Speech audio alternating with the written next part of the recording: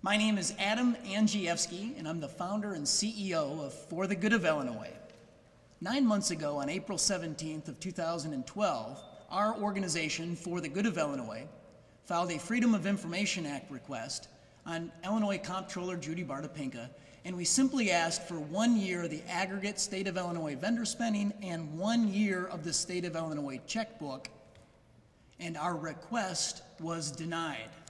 So the purpose of today at this press conference is to discuss the details of our lawsuit to compel Illinois Comptroller Judy Topinka to comply with the state law and make available the state of Illinois checkbook.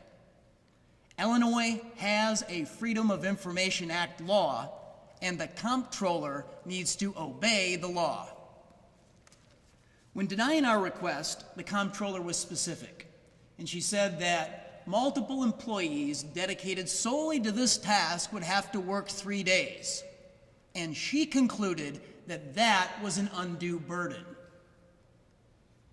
What she didn't tell you is that she has 305 employees and a total payroll budget of $14 million per year, and that fulfilling this request would be less than 1/10,000th of existing budget resources. That is not an undue burden financially or an undue work burden.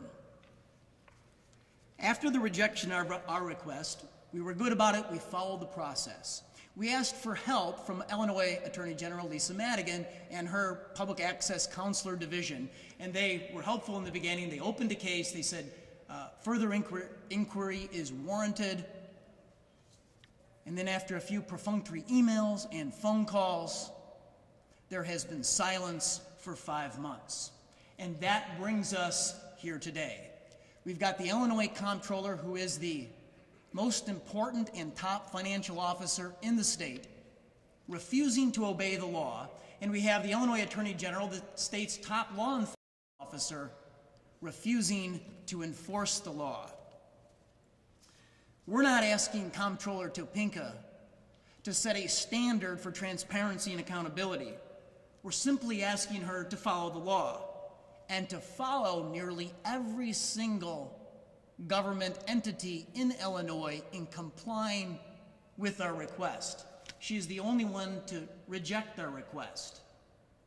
To put this in perspective, about the same time that we asked Judy Topinka for the state's checkbook, we asked Rahm Emanuel at the city of Chicago for 10 years of the city checkbook, and within 10 days, a beautiful Excel database arrived at our office with 6.8 million checks covering that 10-year period for $74 billion worth of spending. And that is actually a larger request than what we requested for just 1 year in state government. We've collected 944 checkbooks from every single school district in Illinois for $52 billion worth of spending. Every single college and university in Illinois complied with our request.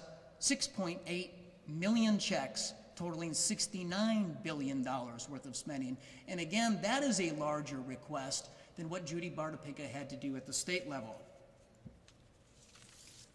Now, there are some that say that the Illinois Comptroller has a transparency website, and sure enough, it's called the Ledger. But having the Ledger does not alleviate her responsibility under the law to comply with our request for the information. Citizens and citizen groups and taxpayer groups, all citizens in Illinois deserve to see the line-by-line spending.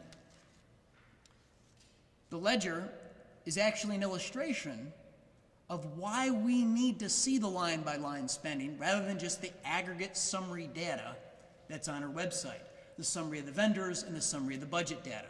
And I have 3 specific examples as to why line-by-line transparency is necessary. And here's the first example. When our Freedom of Information Act request was fulfilled at the Lyons Township School District Treasurer in Cook County, we found that although the treasurer had a base salary of $163,000, that last year he actually made $296,000 without board notice, unbeknownst to the board, and immediately after we showcased this, the board president resigned. They hired an independent law firm to look into how he did this, and I'm proud to say that on August 31st, the treasurer himself resigned, and I hope he's indicted. Here's the second example. When we went through the checkbooks in the Illinois public schools, we found very quickly that up to $50 million since 2006 was spent on taxi cab service, the majority of which was spent by a small handful of 48 school districts, 40 of which did not follow the mandatory contract and bidding process. They paid for expensive individual rides, and then we learned that 80% of the spending was reimbursed by state taxpayers. You see, the devil is in the details. Here's the third example of why line-by-line spending transparency is critical. When our Freedom of Information Act request was fulfilled by the Attorney General of Illinois, Lisa Madigan, we found that one of her patronage hires, one of her political hires, a supervising attorney, actually lives in Michigan, 2 states from Illinois. And 19 times over the past 18 months, Attorney General Lisa Madigan herself has signed off and approved reimbursement to this employee for travel from Michigan to Chicago so this employee could visit her mother.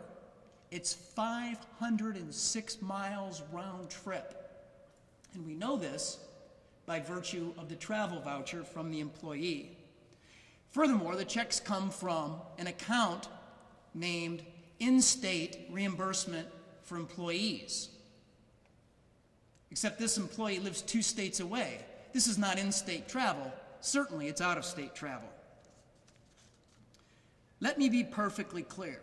Illinois Comptroller Judy Topinka needs to obey the law and fulfill our request for the state of Illinois checkbook. Citizens deserve to see the line-by-line spending, and the Comptroller needs to obey the law, and the Attorney General in Illinois needs to enforce the law. Show us the money, fulfill our request for the state's checkbook.